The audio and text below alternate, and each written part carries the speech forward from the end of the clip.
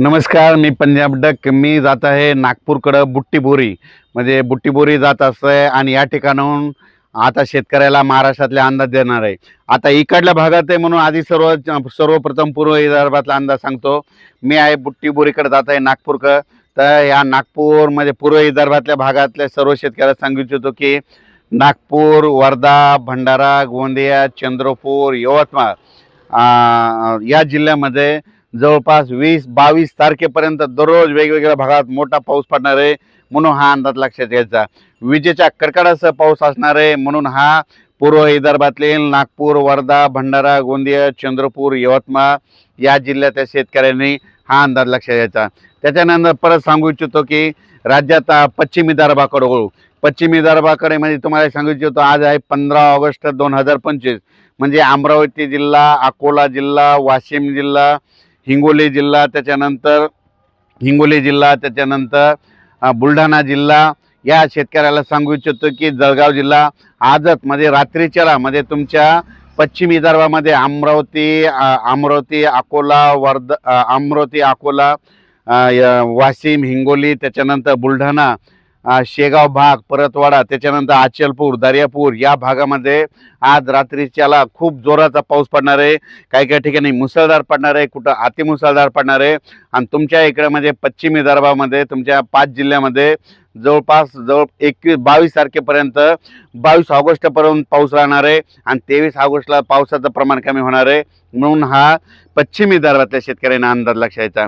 त्याच्यानंतर आपण काय करू, उत्तर महाराष्ट्राकडे वळू. कारण की काय झालं, आज महाराष्ट्रामध्ये काय झालं, मराठवाड्यामध्ये परभणी जिल्ह्यामध्ये, नांदेड जिल्ह्यामध्ये, हिंगोली जिल्ह्यामध्ये, लातूर जिल्ह्यामध्ये, धाराशिव जिल्ह्यामध्ये, अहिल्यानगर, त्याच्यानंतर काय झालं की सातारा, सांगली, सोलापूर सगळीकडं खूप काही ठिकाणी मुसळधार, कुठं ढगफुटी सदृश्य पाऊस पडला.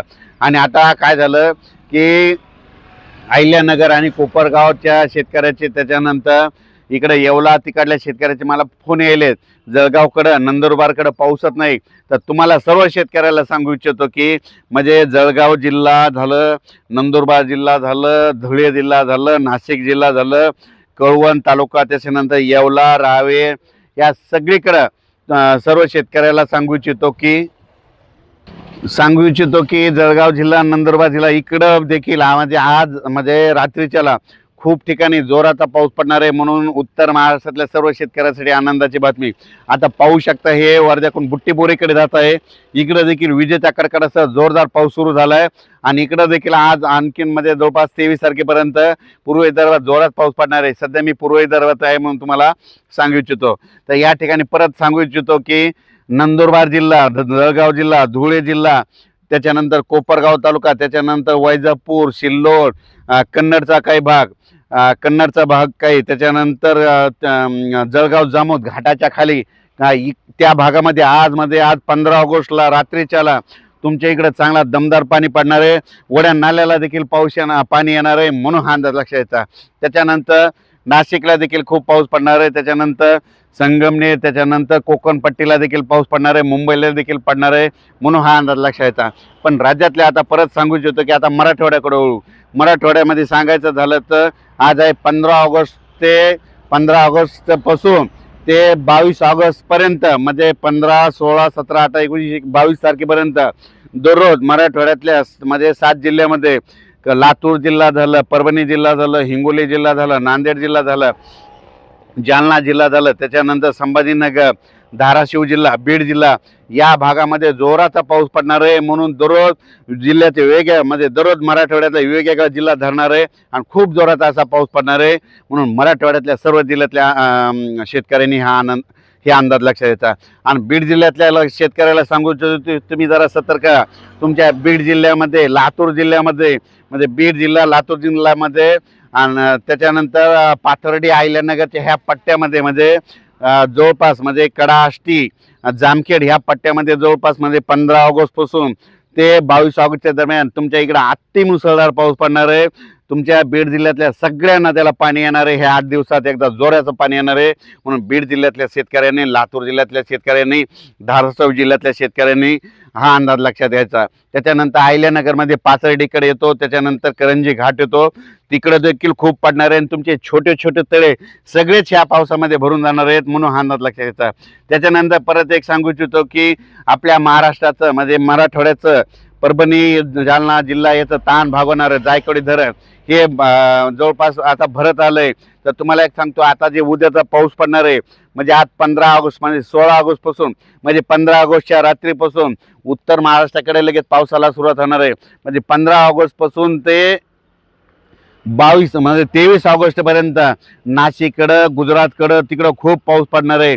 त्याच्यामुळं त्या नाशिकच्या ज्या नदी गोदावरी नदी आहे तिला पाणी येणार आहे, त्याचं पाणी जायकवाडी धरणाकडे जाणार आहे, जायकवाडीचं पाणी सोडावं लागणार आहे। म्हणून जायकवाडीच्या लाभ क्षेत्रातल्या शेतकऱ्याला सांगू इच्छितो की पाणी सुटल्याच्या नंतर तुमच्या मोटरी पाण्यात जातील, वाहून जातील, म्हणून तुमच्या काय करायच्या 18 तारखेला तुम्ही काढण्याची तयारी ठेवा, कारण की 22च्या दरम्यान तुम्हाला एकदा पाणी सुटणार आहे। त्याच्यानंतर येलदरी धरण ह्या पावसामध्ये 30 तारखेपर्यंत भरून जाणार आहे, सिद्धेश्वर धरण देखील भरून जाणार आहे, खडकपूर्णा देखील धरण भरून जाणार आहे। त्याच्यानंतर आपलं आमच्या परभणी जिल्ह्यातलं दुधना एक धरण आहे, ते देखील आता ह्या पावसामध्ये जवळपास 80 85 90 पर्यंत जाणार आहे आणि त्याचं देखील पाणी सोडावं लागणार आहे, म्हणून हे लक्षात येतं।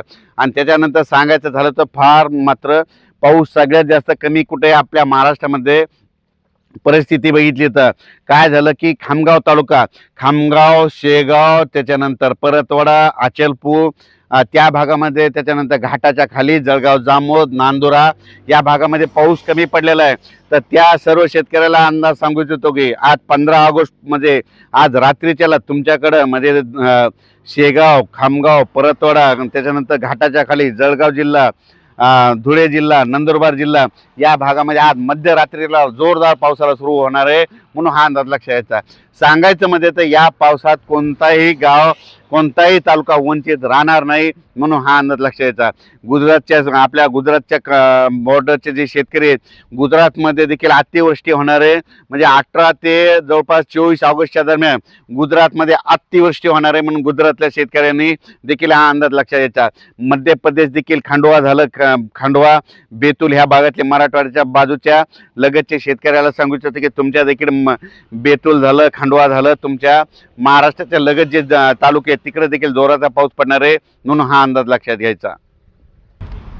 मी मागच्या अंदाजातच काय सांगितलं होतं की हे पाऊस काय होणार आहे, यावर्षी ऑगस्ट महिन्यामध्ये जास्त पडणार आहे, सप्टेंबरमध्ये सरासरीपेक्षा जास्त पडणार आहे म्हणून सांगितलं। पण तुम्ही बघा ह्या पावसामध्ये परभणी जिल्ह्यामध्ये पूर्णा तालुक्यामध्ये काय झालं, आज म्हणजे तारकळस, निमला त्या ठिकाणी ढगफुटी सदस्य पाऊस पडला, म्हणून तुम्हाला एक सांगू इच्छितो। त्याच्यानंतर गंगाखेड तालुक्यात देखील खूप ठिकाणी तसाच पाऊस झाला। त्याच्यानंतर आज महाराष्ट्रामध्ये बऱ्याच ठिकाणी तसा पाऊस पडत आहे, म्हणून हे अंदाज लक्षात येतात।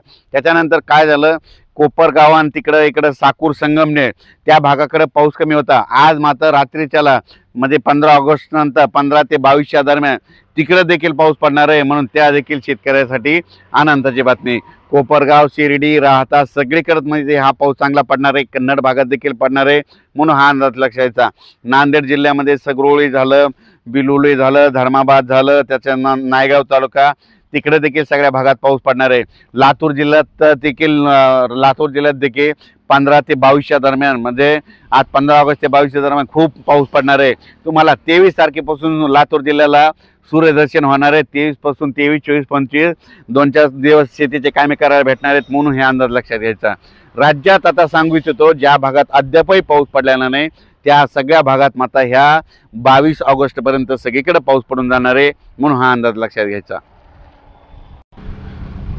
अंदाजाच्या शेवटी तुम्हाला एक सांगू इच्छितो की म्हणजे जे वंचित जिल्हे होते, कोणते जिल्हे होते, जळगाव जिल्हा होता, धुळे जिल्हा होता, नंदुरबार जिल्हा होता, नाशिकचा काही भाग होता, पुणे परिसरातला काही भाग होता। तर त्या भागातल्या शेतकऱ्याला सांगू इच्छितो की आज 15 ऑगस्ट पासून ते 22च्या दरम्यान तुमच्याकडे देखील पाऊस पडणार आहे। तुम्ही म्हणले पाहिजे आता हे बंद कधी होतंय, म्हणून याची वाट बघणार आहेत, म्हणून तुम्हाला एक सांगू इच्छितो। पण बंद कधी होणार आहे ते देखील सांगतो, 23च्या नंतर 23 ऑगस्ट नंतर तुमचा देखील पाऊस